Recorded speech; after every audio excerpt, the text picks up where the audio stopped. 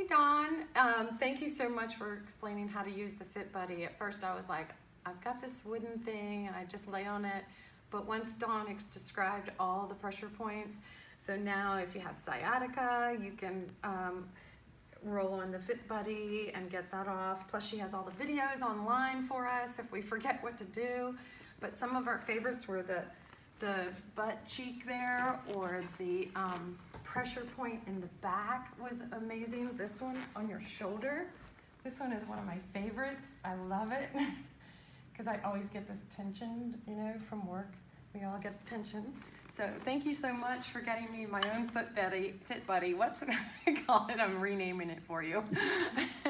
So I hope everybody gets one of these. I'm going to tell all the people at my gym, Exhale, to get the Fit Buddy, because stop using the square blocks and the tennis balls and the golf ball. And I'm also going to get them for my family. My mom, who's 80, she will love this. Thanks.